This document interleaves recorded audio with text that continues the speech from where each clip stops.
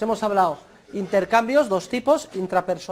we have talked about two types of exchanges, intrapersonal and interpersonal exchanges, and we have broken down the latter into voluntary and coercive exchanges.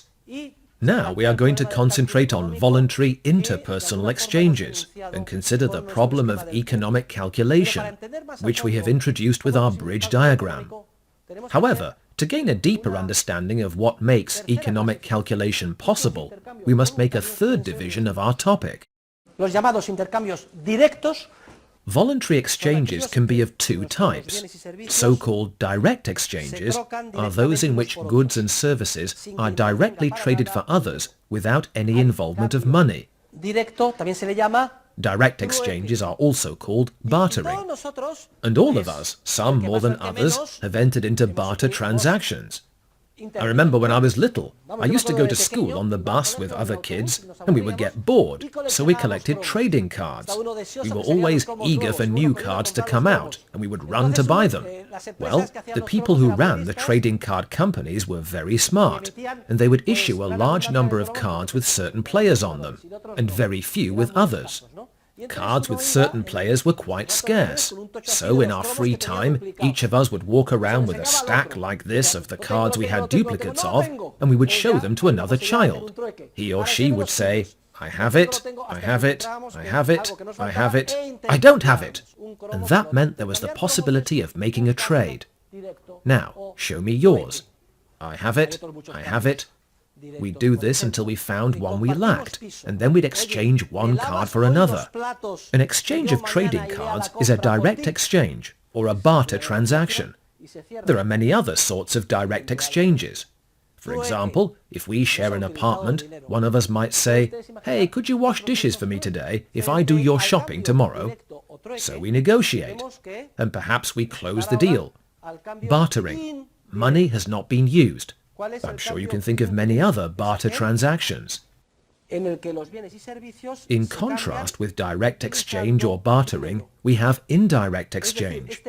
What is an indirect exchange? It is one in which goods and services are traded using money. That is, the commonly and generally accepted medium of exchange we have just talked about. This is a different situation. Here, I hand over a good or a service in exchange for money, and with that money, I buy what I want.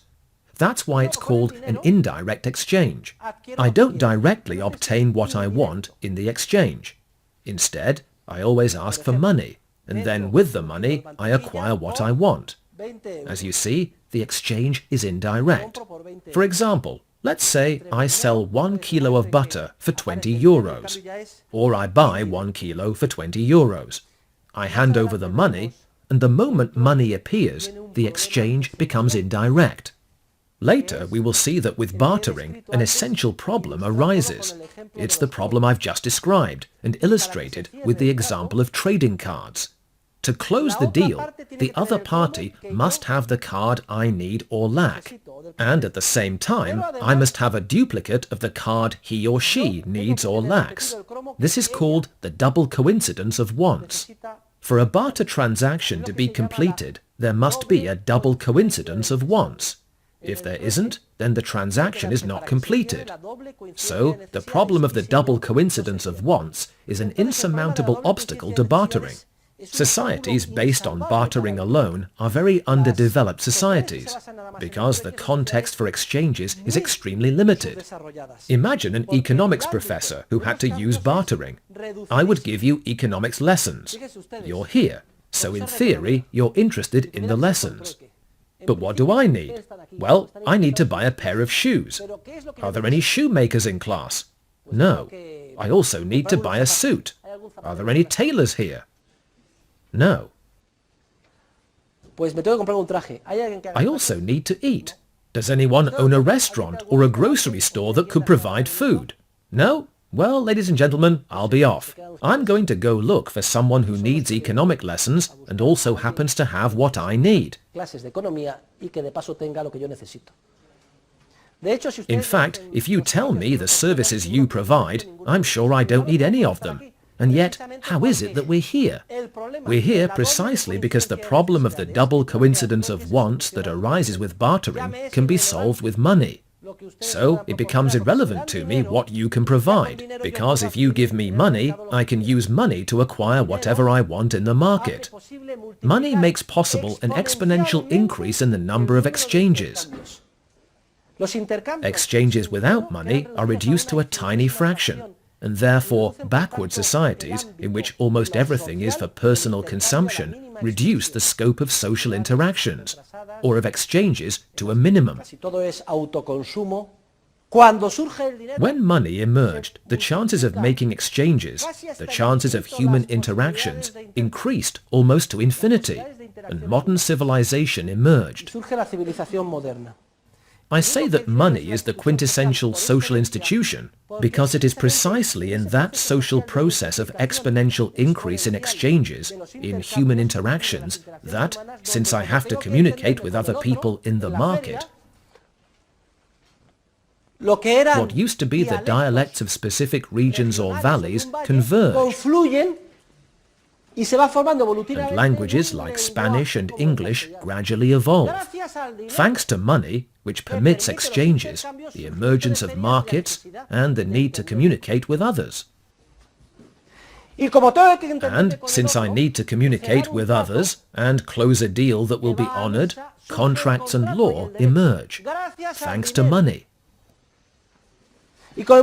And since in many areas I need to develop patterns of honest behavior and integrity, etc., morality is refined, thanks to money. If money were to disappear, we go back to the age of Mad Max.